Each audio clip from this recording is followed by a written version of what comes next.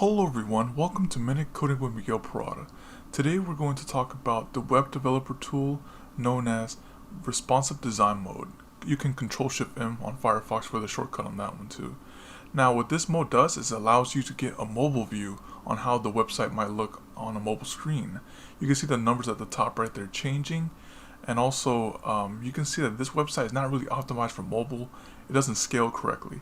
Now if we go to my website right now that's updated, you can see that it's more optimized for mobile. Everything scales correctly. And you can also change the numbers right there if you don't want to just drag the screen across. Now also you can also change it to landscape mode. That way we can see both portrait and landscape mode.